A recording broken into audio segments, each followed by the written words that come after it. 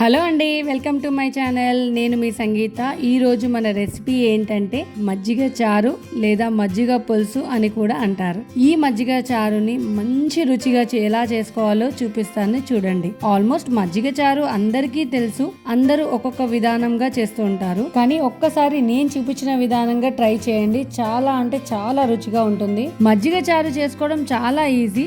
తయారు చేసే విధానంని చూపిస్తున్నాను, మీరు కూడా ట్రై చేయండి. ఫస్ట్ నేను ఇక్కడ 1/2 లీటర్ పెరుగు తీసుకున్నాను.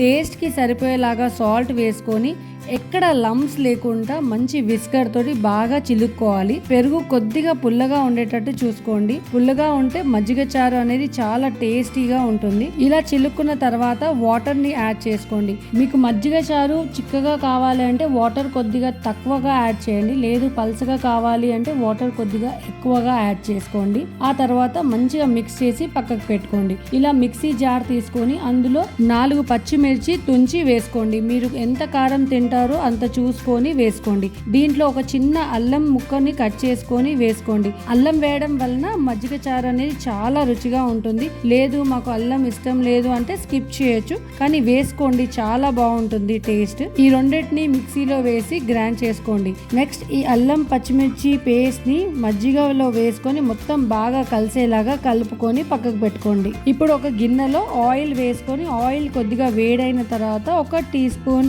పచ్చి శనగపప్పు, 1 టీ స్పూన్ మినపప్పు, 1/2 టీ స్పూన్ ఆవాలు, 1/2 టీ స్పూన్ జీలకర్ర, అలాగే 4 నుండి 5 వెల్లిపాయలని కచ్చపచ్చగా దంచుకొని వేసుకోండి. ఇందులో 4 వట్టి మిరపకాయలు తుంచి వేసుకోండి.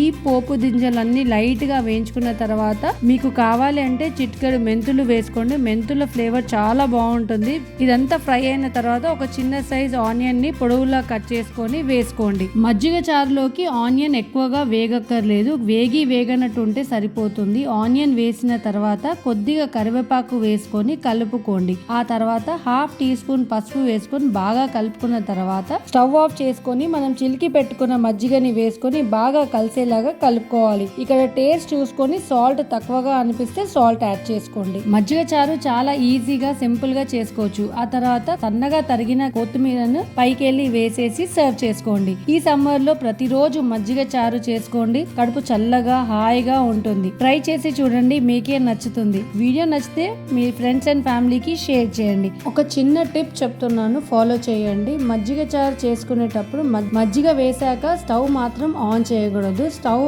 ఆన్ చేస్తే మజ్జిగ అనేది మొత్తం విరిగిపోతుంది, టేస్ట్ కూడా పాడైపోతుంది. సో ఫ్రెండ్స్, ఇలా ట్రై చేయండి, ఎలా వచ్చిందో కమెంట్ చేయండి. మరెన్నో మంచి రెసిపీల కోసం మన ఛానల్ ని సబ్స్క్రైబ్ చేసుకోండి. Thank you so much for watching.